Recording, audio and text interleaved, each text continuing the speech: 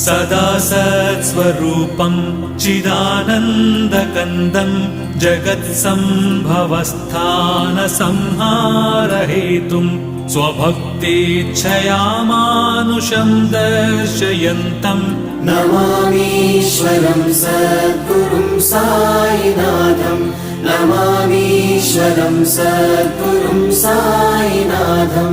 भवद्ध्वान्तविध्वंसमार्ताण्डमीड्यं मनोवागतीतं